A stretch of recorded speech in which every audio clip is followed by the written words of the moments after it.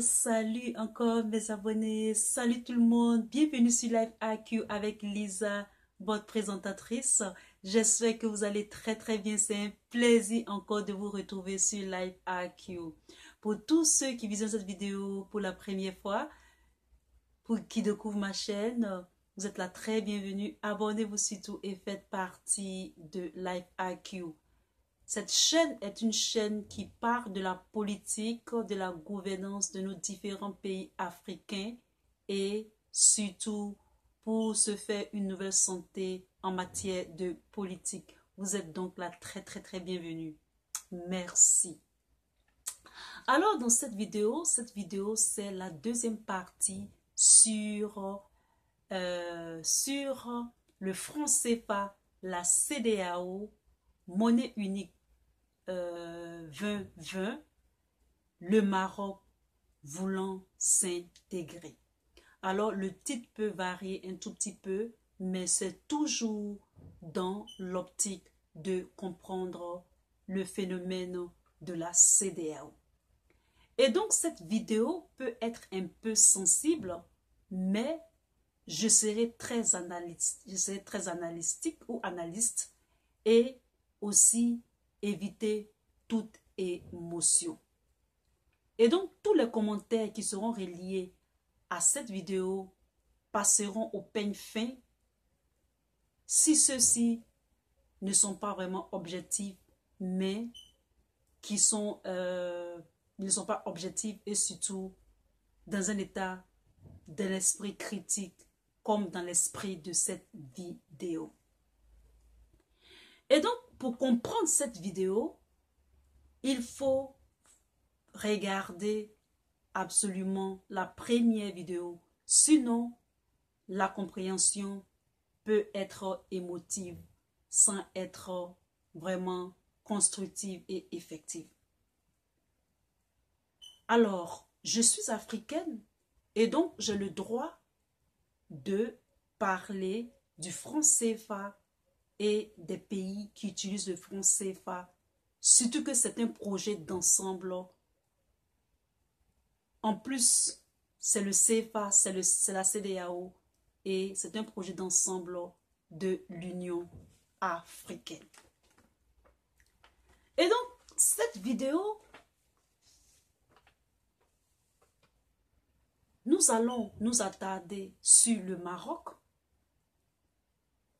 Je suis vraiment un peu en réflexion et vraiment, je ne comprends vraiment pas ce phénomène du Maroc qui veut intégrer la CEDEAO, etc., etc. Et donc ici, dans cette vidéo, ce n'est pas pour faire le procès du Maroc ou ce n'est pas pour être émotionnel, mais c'est tout juste pour comprendre. Il faut savoir que le Maroc, une fois, a demandé l'adhésion, son adhésion dans l'Union européenne. Il faut savoir aussi que nos frères du Maroc, c'est-à-dire le royaume du Maroc, a quitté aussi une fois l'Union africaine. Et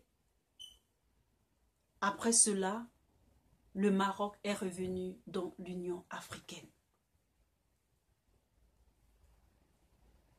Et un autre fait, c'est que nos frères les Marocains veulent intégrer la CEDEAO.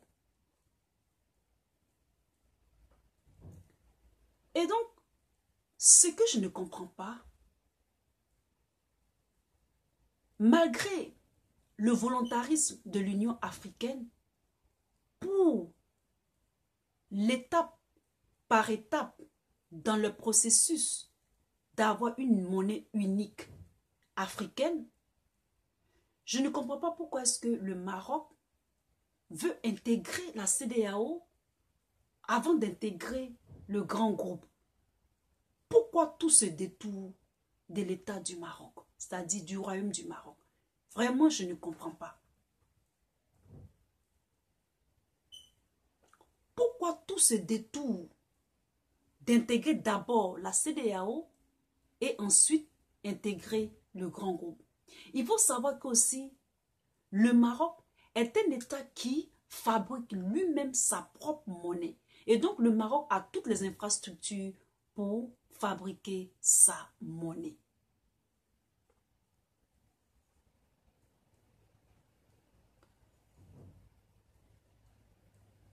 Et donc, je ne vois pas pourquoi elle ne devrait pas attendre, d'accord? Elle ne devait pas attendre tous les confrères se débarrasser de ce pourri franc CFA, remplir les conditions de convergence à la monnaie de la CEDEAO unique, c'est-à-dire de la CEDEAO ancienne et de la CEMAC, et maintenant en 2020 converger à la monnaie unique, c'est-à-dire à la monnaie unique de l'Union africaine en remplissant les critères de convergence, aussi le taux d'inflation, le PNB, etc., etc. Et donc, on sait que le franc CFA est pourri. C'est pas une bonne monnaie, c'est une monnaie de servitude. On veut s'en débarrasser, mais le royaume du Maroc veut rentrer dedans. C'est-à-dire rentrer, faire partie de la CEDEAO. Il faut savoir aussi que le Maroc fait partie de la zone UMA, c'est-à-dire Maroc, Algérie, Tunisie, Libye, Mauritanie. Et donc, il faut savoir que le Maroc est déjà à un statut d'observateur à la CEDEAO en demande d'offre d'adhésion. Quelles sont les raisons que le roi du Maroc évoque pour cette demande d'adhésion? Le roi avait dit que sa flamme s'était éteinte car les intérêts communs avaient disparu. D'accord? Les intérêts communs avaient disparu. Mais désormais, il considère la famille africaine comme sa famille de référence. Et donc,